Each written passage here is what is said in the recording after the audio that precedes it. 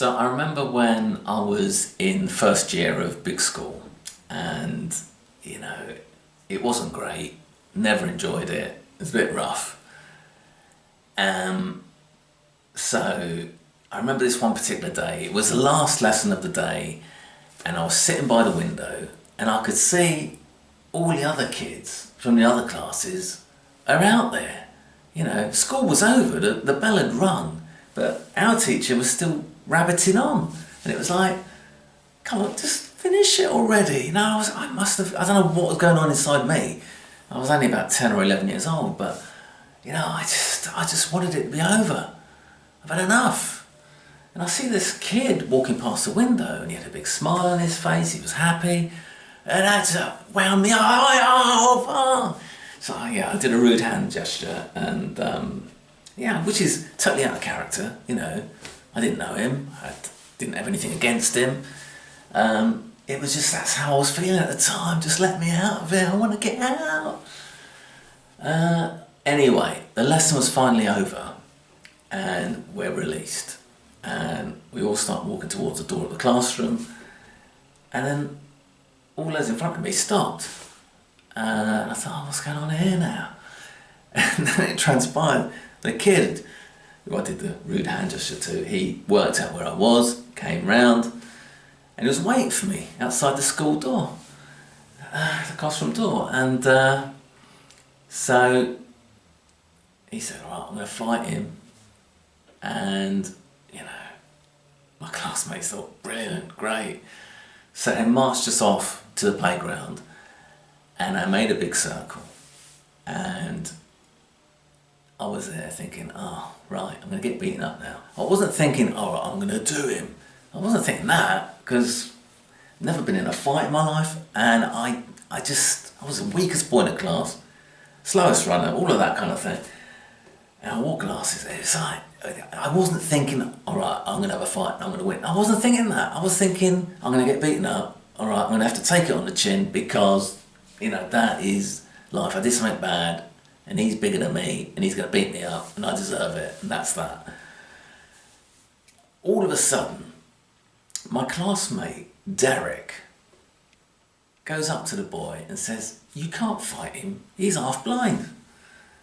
Now Derek, I love Derek, brilliant, he's a big boy, he was one of the big boys. I didn't hang out with him because, you know, I wasn't in that league, you know.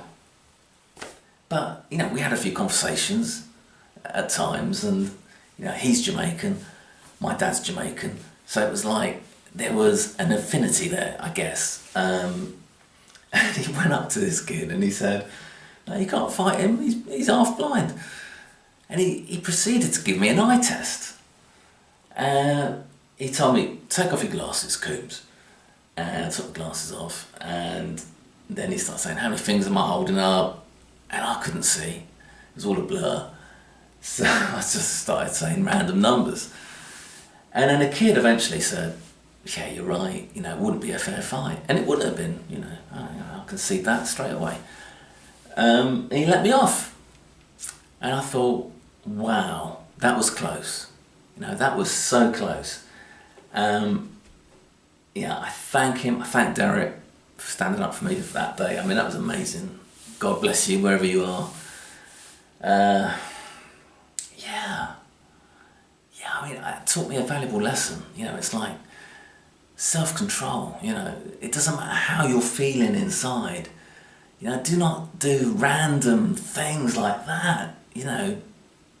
Rude hand gestures, swearing at another kid. You know, if you swear at another kid and they're a tough kid or tough enough, they you're gonna have to face consequences. And I don't want to get into a fight because I'm so weak and weedy. You know, that's me. So you got to control yourself. You know, if you want to get into fights, then you can do what you like, I suppose. But not me. That taught me a valuable lesson, definitely. But it made me go back into my shell even more because that's where I lived all my life. You know, it's not, don't say boo to a goose. You know, it's like, keep quiet, keep in the background.